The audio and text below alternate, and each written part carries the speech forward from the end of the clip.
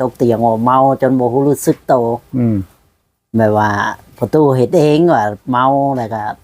ตกเตียงอย่างเช่นอย่างซีเอิ้นหาผู้ใดไผก็บ่มาเบิ่งมันจะมาจอบชมล้อมจอบหาเอาเรื่องเนาะเขาธรรมดากันนี้จากกันเลยก็อย่ามาใกล้เขานั่นแหละนั่นแหละเพิ่นว่าเพิ่นแล่นมาเจาะมาเบิ่งอยู่แต่ว่าเพิ่นมาบ่ได้ฮอดเฮือนหรอกว่าเห็นแต่ว่าผู้ใดมาประตูเสี่ยวคอยก็อยู่หันบักแซงใกล้เฮือนเพิ่นนี่แหละมันนั่งในต่างแบบประตูนี่แหละ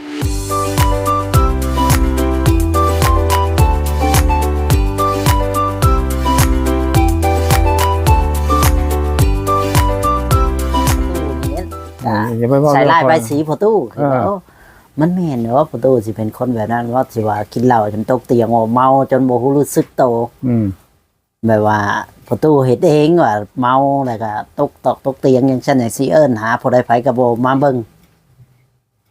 มันจะมาจอบชมล้อมจอบหาเอาเรื่องเนาะเขาธรรมดากันนี้จากกันเลยก็อย่ามาใกล้เขานั่นแหละนั่นแหละเพิ่นว่าเพิ่นแล่นมาเจาะมาเบิ่งอยู่แต่ว่าเพิ่นมาบ่ได้ฮอดเฮือนหรอกว่าเห็นแต่ว่าผู้ใดมา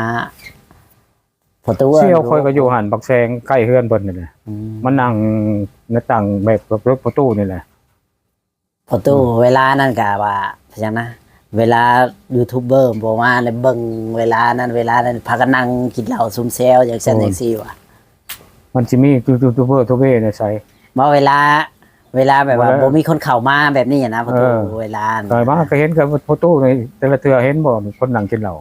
บ่เห็นเจ้ามาเห็นนั่งกันนำเป้ก็นั่งผู้เดียวนั่นเอง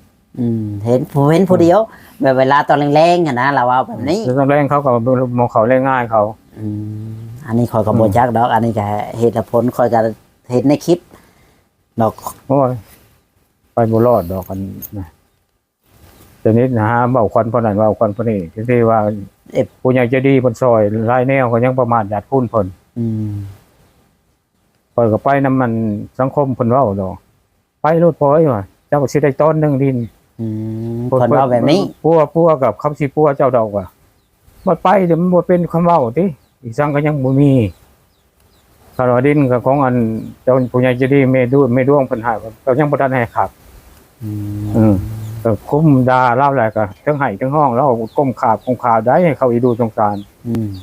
เอามาแต่ชั่วน้อยไปส่งกันลงขึ้นอยู่ชั่วน้อยว่ะต่อว่าผู้ใหญ่จะดีคนอยู่ต่างประเทศแมนเพิ่นก็ว่าหลายอย่างแล้วคนก็บ่จักแล้วคนก็จำบ่ได้หลายเรื่องนี่แหละโอ้เขาอยากจำเขาบอกเป็นชัดเจนอันผู้ใดมาว่าใส่ลายไปสีประตูนี่แหละมันบ่ขัดนี่แหละขอกันเลยว่ามันบ่แม่นคอยกันยังแบบว้าวกะเขาก็ยังจำบ่ได้เพิ่นว่ามากันหลายอย่างอยู่เดี๋ยวไปให้ใส่ยาเพราะนั้นสิหาให้เบิ่งว่ามันสิมีดอกในคลิปที่เล่าเว้าดอกแล้วเขาสิเปิดให้เบิ่งมันมีบ่ล่ะจากเดี๋ยวประตูบริสุทธิ์นี่แหละอยู่ลูกร้านเขากับโบทิมมาใต้กับเขาซีเมียนเราสร้างศพก็ได้ดีกว่าสิไปให้คนนั้นโมโหหนาหุ่นนินทากันว่าหาเรื่องนั่นนี่แมน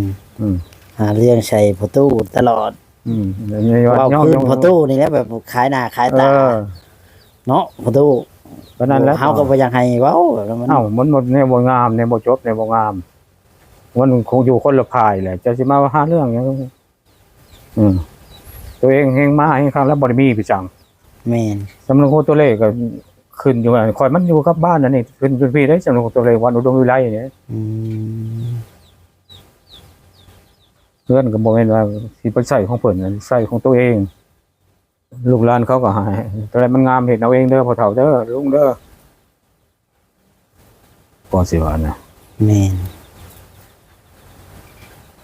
นั่นนี่ไปหาฟังไปหาสายยาเขาเชื่อก่อน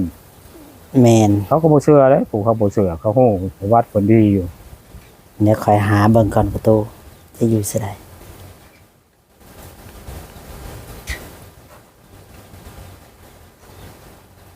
คน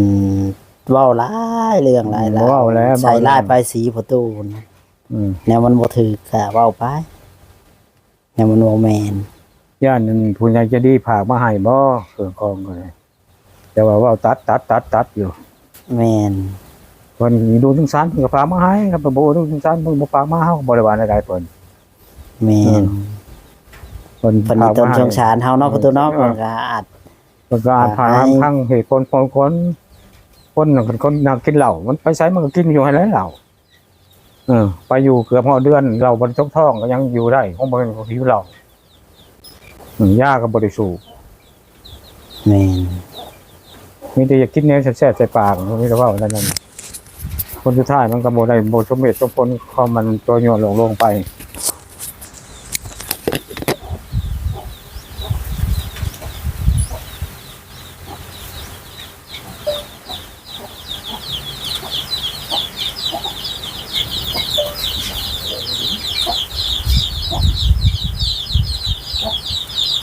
บ่ฮู้กันนะเขาก็บ่ซัก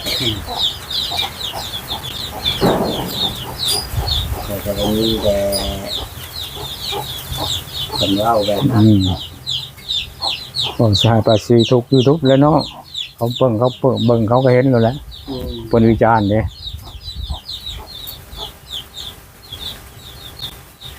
ว่าเพื่อนเอ็ดมาแล้วว่าเราเคยกินเหล้าเลยคนกินเหล้าให้ชีวากินเหล้าแถวนั้นเรียกว่าเพื่อนตัวให้เราไปซื้อเหล้า โอนเนาะโอนเรา ข่อยได้ยินแบบนี้แหละข่อยก็ว่าเอ้ามันแม่นอยู่บ่บอกว่าเราเว้าแบบนั้น เขาก็เฮาบ่ได้สนดอกบ่ได้โหดดอกอันนั้น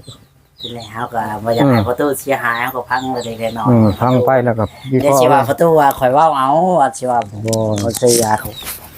เพราะว่าข่อยได้ยินในคลิปข่อยก็เลยเอามาลองเบิ่งถามน้องเบิ่งว่ามันแม่นคือเพิ่นเว้าบ่ กันสมบูรณ์ซุปเปอร์รถน้องชายงาแล้วให้บ่ได้ตึกต้องญาติเขาบ่ได้สูบคือกันนะก็ได้ ผู้เราก็น่ะมีแต่มันขี่ตัวคนเครื่องไปหันสิให้ทางด้านแซนตัวนี้แซนคนสุดท้ายยังข้าง2แสนก็ยังแบบบัดคนเครื่องมาประตูคนเลยบ่ต้องเสียหายน้ำหลังต้องได้เงินเดือนผัวก่อนตัวน้อยตัวใหญ่อยู่เป็นคนบ่ซัดบ่ซื่อก็บ่นั่นดอก คิดถือว่าอันนั้นเนาะคิดถือว่าอย่างชั้นอย่างซี่ ตัวคิดตัวบางทีนี่ของอันนั้นเด้เนาะ ฮะ บ่แม่น ไปบ่อันนั้น ของภายนอกฟังเสียงปากนี่ ของไปทานได้มันถ่ายอยู่กับพ่อแพทย์ได้มันก็มีแล้วก็บ่เท่ก็มีอยู่บ่เท่มีบ่ว่า เท่บ่รู้นะเนาะบ่ เราไปอยู่นานๆเราไปที่หนึ่งแล้วก็ไป เดี๋ยวนี้กับเราก็ประจำอยู่ในเฮือนนางตูนพุ่นล่ะ แมนเพิ่นว่าเพิ่นทำงานจังโคลาวโคแล้วจังเขาไปจัง งานเนาะนี่ทำงานบ่ได้ตัวอาหารตัวนี้ เนี่ยที่ว่าก็ค่อยสิได้ยินในคลิปว่าเมื่อนั้นน่ะว่าเราแล่นมาคือบ่ไปเขาถามว่าคือบ่ไปซอยแล้ว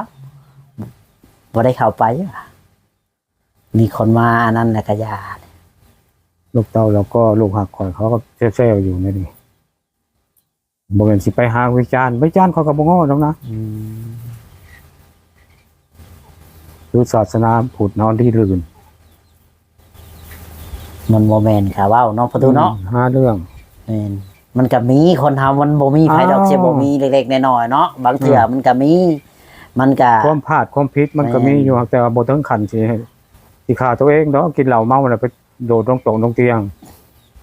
มันก็บางมันคือมันจะละวินเป็นวินเฮาลกบ่ทันก็มี แม่น คนเฮาอยู่ผู้เดียวคนเห็นกวนเหล้าเพราะว่ากวนเหล้ากวนน้ำมันของครูแพทย์เอามาว่าหั่นนี่เจ้าหิวมา2 แม่น ปี แม่นแม่นแม่น ผมทิมยายอยู่อ่างมันบางทีมือว่าจะใช้ผู้ได้เป็นรายงานมันเอากินเหล้า จักแล้ว สมบูเป็น กันเนาะ เป็นป้องกันปกสเสียมันแล้วแต่สร้างในคนดูอยู่คนละบ่อนแล้วยังอย่างนี้ในหูนี่ หมอใส่ลายกันเนาะพุ่น ใช้ เนาะ ลายปลายชี เฮาอยู่แต่เฮาก็บ่ได้ว่าไปยุ่งเกี่ยว บ่ได้ขอมันกินอีก อืม มีกินมีหน่วงหน่อไม้ก็อันนั้น แม่น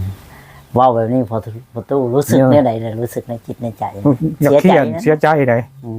หมู่เว้าแบบนี้ มัว เนาะ ว่าดูถูกดูเหมือนกัน นอกจากว่าวันว่าเลี้ยงม้าแต่ยัง จะครบจะคลองนี่ก็ยังพอแห้งเลยยังแป้วๆอยู่ใจติดกูมือนี่ ตอนนั้นเพิ่นเว้าอยู่ในคลิปผู้ใดบ่ตะวัน พ่ออยู่ในคิดนั่นกูแพทย์ อ๋อ ของอันพรกับเจ้าหน้าที่เป้าหมายอยู่ค่อย3คนนี่ค่อยลูกพรแล้วก็ลูกแอนบ่ให้ใกล้เพิ่น อืม อืม เพิ่นเว้าแบบนี้ ว่าจุค่อยนี่ชั่วโมงของคิดกัน เนี่ยป้าปั๊มเพิ่นป้าปั๊มไปซะลูกพรเราก็บ่เราก็ถ่ายขีดธรรมดาเข้าทั้งป่ากับว่าเจ้าพังเพิ่น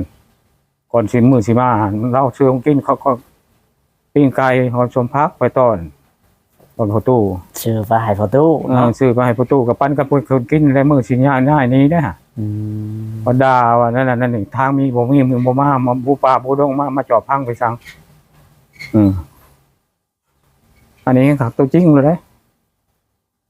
คือพอตู้ยังว่าพอตู้บ่ได้สิสนนำสั่งโทรศัพท์กับโทรศัพท์น้อยๆเขาได้โทรแม่นแล้ว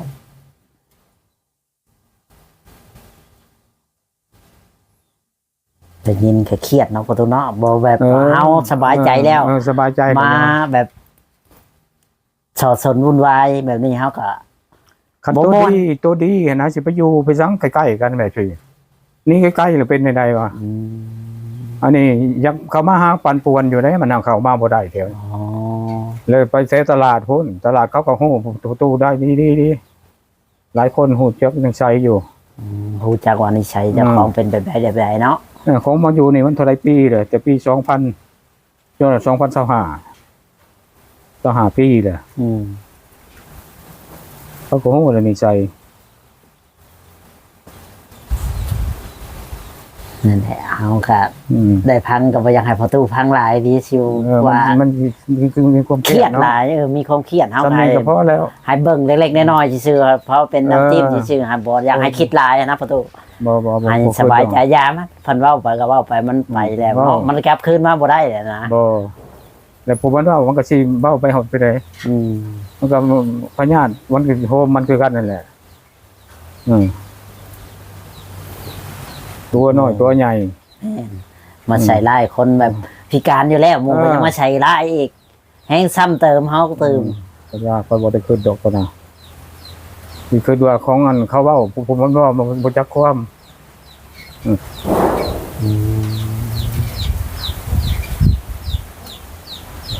นี่แหละมันสิหังที่นี่มันก็บ่มีดอกนบเมาทิ้งได้ดีเมามันปรารถนาให้มันนั่นน่ะเพราะเฮาบ่เป็นนั่นน่ะเด้กันว่าเฮาไปเป็นคือเพิ่นคิดเนาะเพิ่นเนาะเดวิดแล้วใส่ยาโฟโต้ยังครับไปอยู่เดวิดนั่นแหละเราขี่มาสักเครื่องมาแล้วเราก็หาปั่นผู้นี้ว่ะเราสิอยู่ดีๆในก่อนเชื่อมากกับด่าบ้านด่าเมืองครับตื่นมาหากินกาแฟด่าเขาป่ะว่าประตูด่าเขาประตูไปหาด่าแถวนี้ว่าเขามาเล่นซ้อนโจกพังมักอีไรมันว่าอีนั่นนั่นแหละอีว่าปลาเป็นนั่นแหละเขาอ่ะมาหาทันทีว่าครอบว่าจะอยู่ท่าเด้อขอเด้อเฮาสิเมื่อสักเครื่องอยู่น้ำพุเฮาอยู่บนเฮ็ดเรียบพุ่นมาแล้วก็ไปหาลิ้นเฮือนนั่นเฮือนนี่ก็เว้าเลยว่าพื้นเนาะว่าพื้นทำควันว่าพื้นทำควันคนทันทีว่ามาสักเครื่องมันก็ให้ผัวมันสักให้แต่สำไรแล้วตัวเองมันบ่เห็นหยังเนาะตัวเองบ่เห็นหยังตัวมาสักเครื่องจ้างรถเท่านั้นจ้างรถเท่านี้ว่ารถจ้างก็จำเป็นเลยของตัวคณะทรายอยากไปแม่นชาอยากไปแต่ว่าอยู่ไม้เอาดอกเอาดินว่าจะหวังยังได้ปล่อยบ่แม่นว่าอยากเอาดินได้ข่อยไปแบบมันอยากดีพญาติตัวเองเพิ่นบัวแล้วเพิ่นพาไปกวดนั่นกวดนั่นนี่ฮู้จักแล้วก็บางพญาติแล้วก็กินยาให้มันดีมันดีมันเช้าเนาะมันบ่เช้าก็มันดีคือน้อยนึงก็ยังดีเนาะก็แน่นั่นแหละคือนี่แล้วมันก็คล้ายๆนี่อยู่คนหนึ่งคนเดียวกันมันก็สบายใจอยู่ปวดเพราะว่าเป็นยังปวดหัวลมออกแม่นั่นแล้วปวดดีโต๊ะพดงหมดเลยหัวลมหัวอันนั้นออกมันก็สิปวดเสียนั่นแน่ปวดเล่าตามเส้นตามเอ็นเท่านี้เนาะพอมันก็เส้นเอ็นเส้นเอ็นมันก็ปูขึ้นแม่นเลือดลมเฮาไหลบ่สะดวกคือเก่าเนาะบ่แล้วเพราะเนี่ยมันอากาศเปลี่ยนแปลงแม่น เดือดลมมันไหลบ่สะดวกมันก็แบบนี้แหละพี่น้องเลยทางประตูก็ได้เลี้ยงไก่จักโตเลยประตูของมัน ไก่3-4โตคือโตเอามาแต่พุ่นแล้วมาแต่ลงกำลงพุ่นแล้วผมเอาไปเธอไปนำ เจ้าถือไก่จะไปจักโต 4โต 4 โตก็เอามา4 โต ผู้ชองแม่ชองมาพี่มันก็ได้ลูกแล้วโตแล้วพุ่นแต่ก็โตแล้วเด้ห้องเจี๊ยบๆน่ะลูกมันแล้วไปพุ่นมันจอดไก่เพิ่นกับเว้า ตอดไก่เพิ่นก็เว้าคือ บ่ให้จอดให้ขังไปต่างหากว่ะตัวไก่มันก็ขังในคอกอยู่กันมันก็จอดกันนั่นแหละ แม่นมันสิบ่ตอดบ่ซับกันก็บ่ได้เนาะไก่มันอยู่คอกเดียวกันอดเอาบ่ว่าเฮาหายหัวเพิ่นอีกว่าโอ้บ่ได้คนบ่เต็มฟังไปฟังมาแล้วบ่แม่มาสอนอยู่ฟังให้คนบ่เต็ม ตัวใดก็บ่ดีเด้ เห็นยังก็บ่ดีเอาไปมาหาเรื่องว่าดึงห้องนอกห้องน้ำจนโรคล็อกมันหักอ จะ อก อันลูกก็อันนั้นลูกจำมัน รุดจับยองจับว่าแต่ ดึง ใคร ปานนั้นมันก็บ่แม่น ใครสิไปชน ประตูสิดึงเฮ็ดไปชังเนาะประตู บ่ บ่แม่นสิปานนั้น วันสิไปพ่อให้มันเสียสาดเด้อนอนว่าข่มขืนนั่นให้ลูกหักแล้วข่มขืนเขามันบ่ขึ้นนั่นคือว่าไปให้มันมีผู้ช่วยเหลือคนที่ได้บัวไปบัวไปบัวมากกับฮู้จักแล้วก็เปิดอาลาดมาอยู่เพื่อนจุบน้อยตัวเองคือเขาจุบน้อยมันก็ยังใส่ยาได้มันว่าเฮ็ดบ่เขาบ่ให้อยู่มากทิ่มเลย ขอยได้ยินอยู่อันนี้ก็ได้ขอยก็ได้ยิน ฮู้จักอยู่แต่ลูกหลานเขาก็บ่เว้นมั่งอันนั้นย่านมันโยดทับหัวบ่ต้องบ่ แม่นนั่นแหละเวลาอยู่ฝนตกน้ำลงเนาะ ตกน้ำลงพายุมามันก็เปิดอยู่แล้วตัวหลังนั่งลิ้นนั่นเด้ แม่น มันดอกวันละเจ้าก็เห็นอยู่ว่ามันดอก เห็นนั่นแล้ว บ่เดือนครัวนี่คือกันมาก็สิเขาสินำมามั่งให้เขามานำมามั่งเขาก็ยังหาอยู่ ขอยก็ได้ยินอยู่อันนี้